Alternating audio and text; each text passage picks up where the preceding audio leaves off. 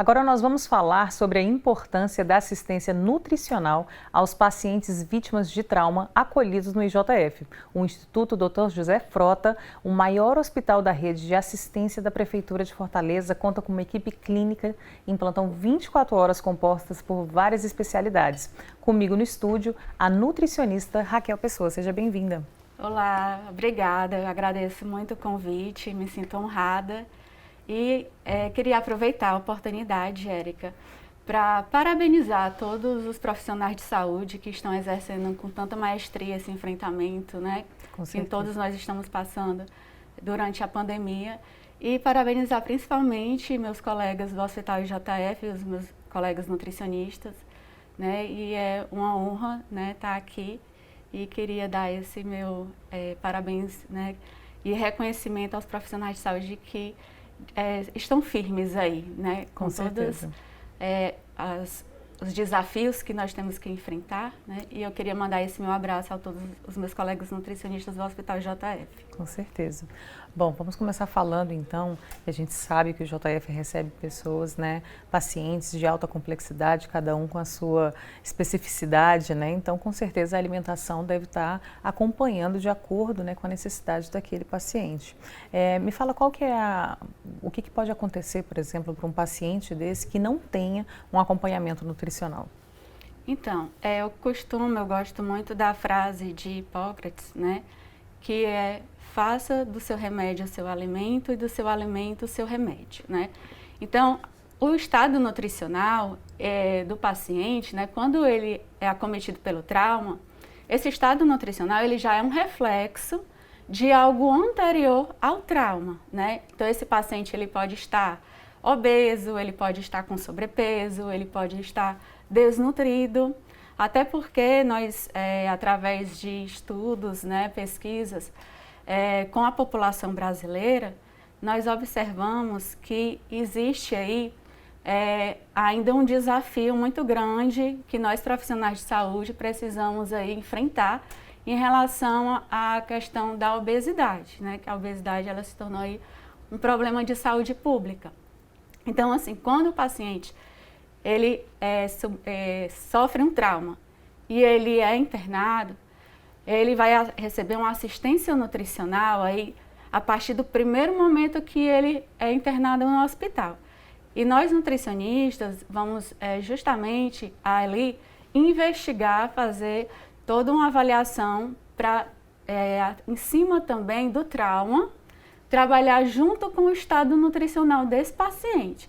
Porque além do trauma, o estado nutricional, se é um paciente, por exemplo, desnutrido, essa desnutrição, ela pode estar complicando ainda mais esse processo patológico que ele sofreu, né? Essa é a questão da doença. Então, o nutricionista, ele vai ter aquele olhar, né, junto com toda a equipe multidisciplinar, né, voltado para a nutrição do paciente, baseado principalmente no trauma, mas associado também aí à questão do estado nutricional, se é um paciente sobrepeso, obeso. Observar qual é a necessidade desse paciente. Isso, né? E de acordo com o estado nutricional e a patologia que ele sofreu, nós vamos, no caso, definir melhor essa dietética, a conduta dietética para esse paciente. Muito bem. A nutrição tem várias especialidades, né? Até para atender, igual você colocou muito bem, que depende muito do trauma que o paciente chegou ali. Então, como é que vocês se organizam dentro do IJF para dividir essa equipe?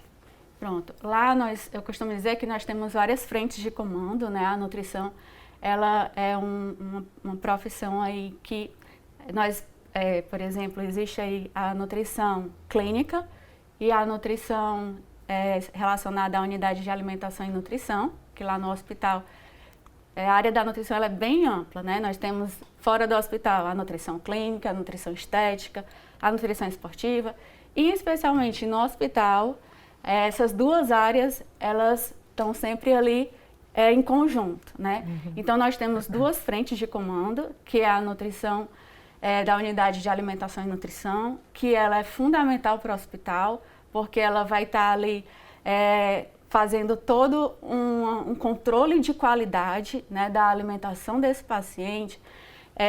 Antes mesmo do alimento chegar esse controle ele é realizado, né, através de monitoramentos, né, de temperatura, tempo-temperatura. Então, existe toda uma equipe especializada para essas questões, desde também do monitoramento das dietas especializadas, né? O cuidado tanto da alimentação do paciente, como também dos funcionários, Sim, médicos, né? Todos os profissionais ali. E existe também outra frente de comando, que é a nutrição clínica, né? E essa nutrição clínica, ela vai justamente estar atuando em todas as unidades, né? UTI, CTQ, centro de queimados, pediatria, unidade de trauma de idosos, né? Dentre outras, né? Que o hospital JF ele é um hospital que é de alta complexidade, então nós encontramos toda essa diversidade aí que o nutricionista ele atua, né? De forma pautada sempre em protocolos científicos, atuando, né, em cada área em relação a esses pacientes, né, em determinados traumas. Entendi.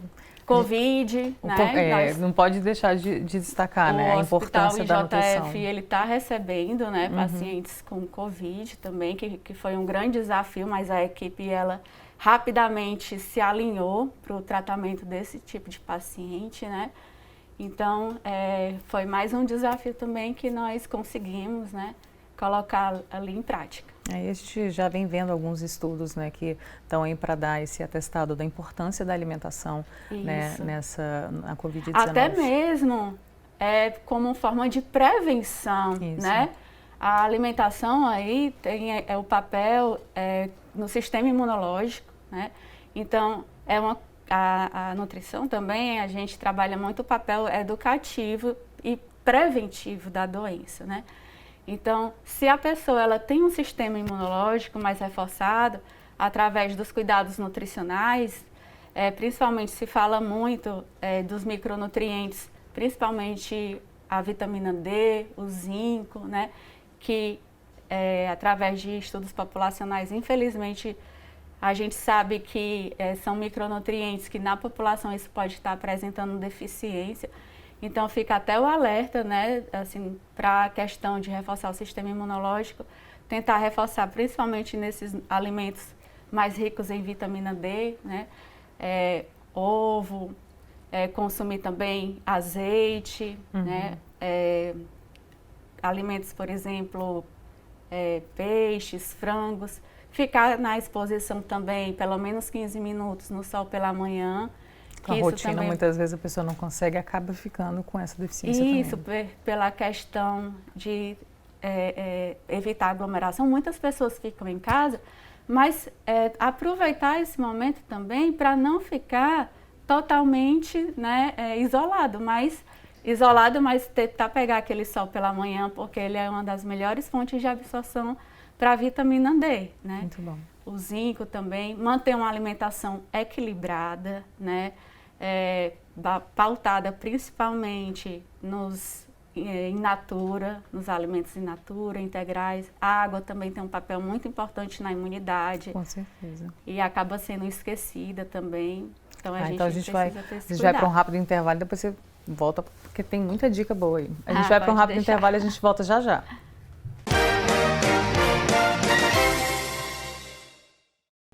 Estamos de volta com notícias de Fortaleza e hoje o nosso bate-papo é com o IJF, estamos falando sobre nutrição. A gente falou, né, de todo esse acompanhamento com o paciente e acredito que também tem que ter um acompanhamento especial junto aos familiares desses pacientes. Como é que vocês costumam fazer essa dieta equilibrada, ali, de acordo com a necessidade do paciente? A família acaba entrando também? Isso, a nutrição ela também exerce um papel bastante educativo, né, em relação a orientação tanto para o paciente como também para o acompanhante. Por quê? Porque no intuito de querer ajudar o paciente, às vezes o acompanhante, ele quer trazer alguns alimentos para dentro do hospital, ele quer, no caso, existe muito essa questão cultural do eu vou alimentar, então a pessoa vai se recuperar melhor, né? Mas o que acontece? Lá existe todo um controle de qualidade, né? em relação à nutrição desse paciente, né, como os monitoramentos que são realizados. Então, o que acontece? Às vezes o acompanhante, ele quer levar um alimento de fora do hospital para esse paciente. E isso pode até tanto comprometer a saúde desse paciente, como até mesmo prejudicar a recuperação dele. Por que a gente sempre assim reforça essa questão? Porque isso, o paciente, por exemplo, aquele alimento que ele leva, ele pode estar contaminado, então Sim. pode causar uma toxinfecção alimentar no paciente. E fica difícil também, por exemplo, se o paciente, o acompanhante leva escondido, esse paciente come e se sente mal. Fica difícil até um processo de investigação do motivo. Né? Será que isso foi a própria patologia que causou esse mal-estar? Ou será que foi a alimentação do hospital? Né? Então, às vezes, não existe esse risco, né? Então, assim, o hospital ele tem um rigor muito grande, né? Em relação a estar conscientizando e evitando que isso aconteça, pensando em prol do paciente, né? E também essa questão da orientação do paciente e do acompanhante também, no sentido de, no pós, na alta, né? Para que esses cuidados nutricionais continuem. Sejam mantidos. Sejam mantidos. Porque o processo de recuperação, de cicatrização, ele, por mais que o paciente esteja já estável, receba alta, mas ele precisa ser continuado, né? Então, a gente recebe muito, por exemplo, pacientes que chegam no hospital, né? E, por exemplo, já estão se alimentando via oral e a gente busca ali aproveitar aquela oportunidade para levar uma alimentação equilibrada. E muitos falam, eu não como vegetais, eu não como verdura, né? Então, a gente procura estar conscientizando esse paciente para estar consumindo esses alimentos. Os antioxidantes presentes nesses alimentos vão estar auxiliando nessa recuperação. As vitaminas, de uma forma geral, elas entram no processo metabólico para cicatrização, né? Então, existe também todo esse trabalho educacional que a nutrição faz no hospital, tanto com o paciente à beira-leito, quanto também ao acompanhante nesse sentido.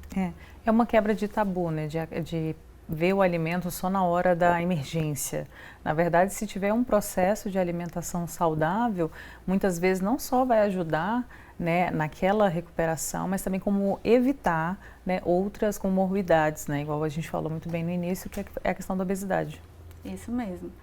E assim, a questão também, por exemplo, nós temos muitos pacientes que eles, pelo tempo, né, de internação, existe todo um cuidado, né, para esse paciente. Por exemplo, se a gente identifica uma obesidade, a gente vai aproveitar aquele momento para estar também equilibrando mais essa ingestão energética. Por quê?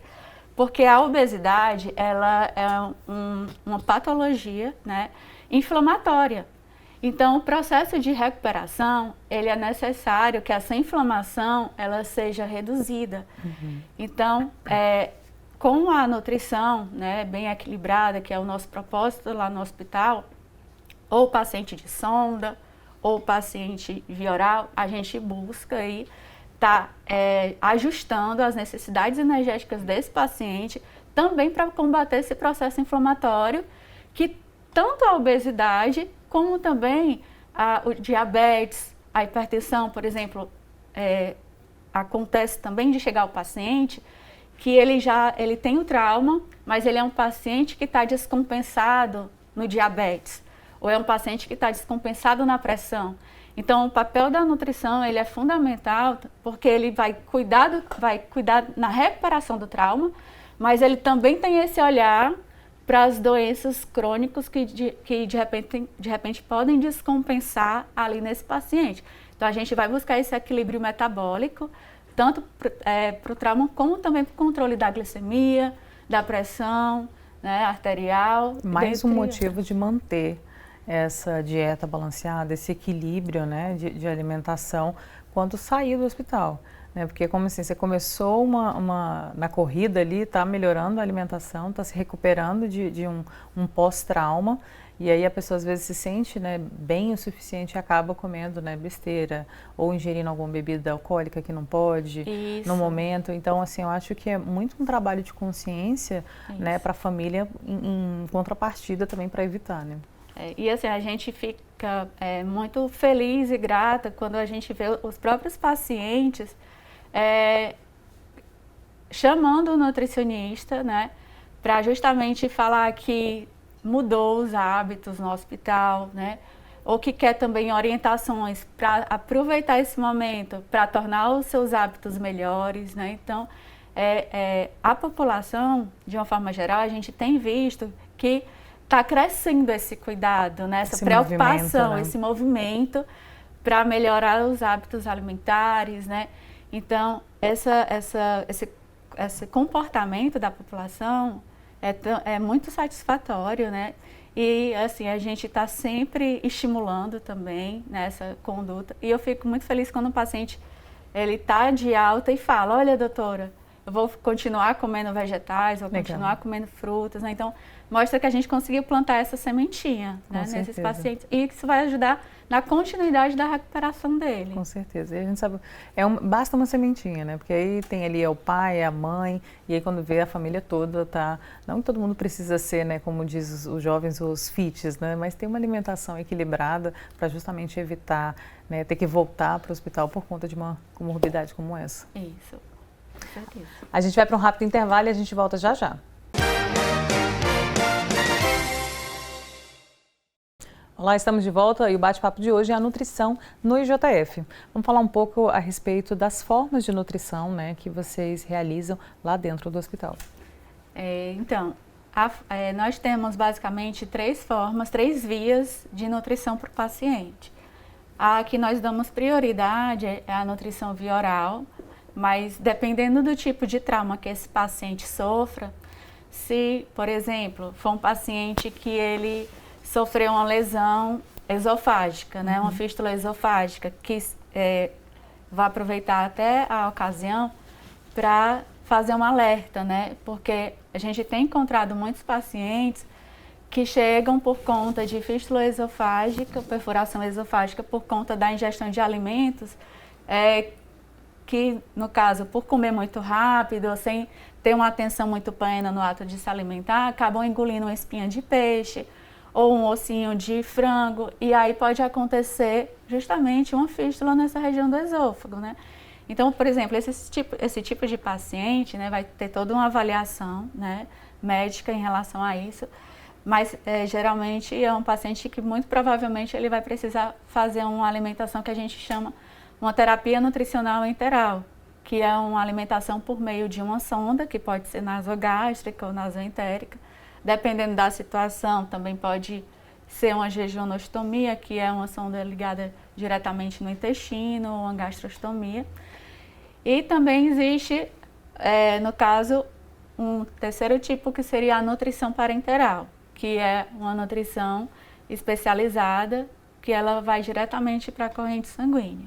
Então, o hospital ele é referência Norte e Nordeste, né, no direcionamento e no cuidado do paciente com esses tipos de nutrição. Interessante. Você falou que são várias situações, né, e vários setores dentro do hospital que precisa de um profissional especializado ali para atender. Hoje o IJF conta com uma equipe de quantos nutricionistas? A nossa equipe ela tem em torno de 21 profissionais atuando no momento, né? E assim, apesar de parecer bastante, mas assim, realmente é uma profissão que a gente busca realmente ter uma atenção plena com o paciente, integral, né? Então, claro que quanto mais apoio a gente vier a ter, melhor. Mas assim, é uma equipe que ela está bem direcionada no atendimento ao paciente. Desde que esse paciente ele chega ao hospital, ele já é acompanhado. Nós fazemos diariamente triagens nutricionais, né? A triagem nutricional ela é muito importante para identificar risco nutricional e desnutrição. A partir do momento que a gente identifica esse paciente com risco nutricional ou desnutrição, nós desenvolvemos fazemos várias avaliações, né? Desde avaliações antropométricas, bioquímicas, avaliações físicas, para a gente entender o estado nutricional e fazer o diagnóstico nutricional.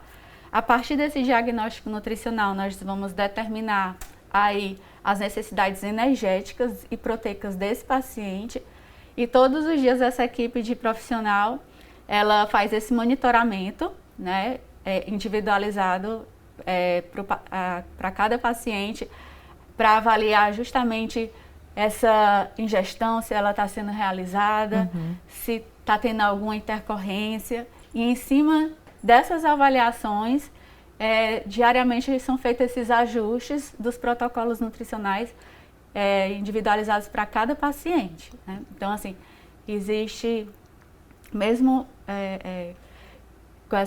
com a demanda que seria interessante, que seria importante, né, que está crescendo, né, tanto na área da nutrição como outras, né, a gente realmente faz um trabalho diferenciado nesse paciente, né? Um olhar realmente único e diferenciado para auxiliar aí na recuperação, né, e na alta do paciente, né, no nosso hospital. Falando em relação às doenças, né, que mais acontecem, que teve outras, né, quedas, por exemplo, de idosos, né, na época da pandemia, acidentes com crianças, todo mundo, né, está nesse momento de lockdown, restrito em casa. Agora a gente está, né, nesse momento também de ficar em casa, porque afinal de contas a vacina já chegou, mas temos que esperar ainda essa movimentação para que todos sejam vacinados. Então eu queria que você desse algumas dicas de alimentos que podem auxiliar esses idosos que estão nos assistindo, que estão em casa também, né, os pais, as mães, para sempre buscarem uma alimentação mais saudável, né, principalmente nesse momento que está mais ocioso, digamos assim, em casa. Então, existe, pensando no público idoso, a síndrome da fragilidade do idoso, né? Essa síndrome, fica até uma dica, a gente consegue perceber, né, no dia a dia. Um dos pontos que o nutricionista, ele ajuda a detectar essa síndrome, ele tanto auxilia na prevenção, como também na melhora e na recuperação dessa síndrome, que é a síndrome da fragilidade do idoso. Então, como é que a gente percebe? O idoso, geralmente, ele diminui a marcha, ele começa a se sentir mais fraco e diminui também sua força. Outra forma de complementar essa avaliação é pela circunferência da panturrilha. Por quê? Porque é uma musculatura importante no equilíbrio. Então, assim, quem tem fitinha métrica em casa pode até fazer esse teste, medir 31 centímetros. O ideal é que seja 31 centímetros ou mais. O idoso que tem menos do que 31 centímetros de panturrilha pode ser um idoso aí que esteja propenso a ter essa síndrome da fragilidade, né? Então, com a alimentação adequada principalmente proteína, em alimentos que vão auxiliar aí nessa síntese proteica, e também vitaminas como vitamina D, que a questão óssea também ela é importante ser fortificada, fortalecida, né? Com a ingestão de cálcio adequada, vitamina D, a gente vai conseguir tá prevenindo no idoso, juntamente com hábitos saudáveis também de exercício físico, né? A gente não pode esquecer, é unânime isso, né? A questão da nutrição vir juntamente com a prática esportiva, é um casamento aí, que não pode ter separação, né? E aí, assim, se recomenda, inclusive, existem protocolos mais atuais, que estão até associados na área da nutrição esportiva, que a gente leva para a nutrição hospitalar, com o objetivo de melhorar aí a massa muscular desse paciente, né? E aí, os estudos científicos mostram que todas as refeições é interessante ter uma quantidade proteica aí de aproximadamente 20 a 30 gramas por refeição, porque isso vai estar justamente favorecendo essa síntese proteica. Claro que não é só proteína. O nosso corpo ele é muito exigente. Nós precisamos aí de um conjunto de nutrientes para ele realmente ficar em equilíbrio, né? Mas essa questão ela tem que vir associada e principalmente juntando com a atividade física, fazer essa ingestão proteica pós-fisioterapia, por exemplo, é um paciente que está hospitalizado praticando atividade, fisioterapia, né? Ele está hospitalizado e tem ali sessões de fisioterapia, então a nutrição já direciona essa ingestão proteica após cria essa estratégia, né, após a fisioterapia para justamente auxiliar aí na melhora dessa massa muscular.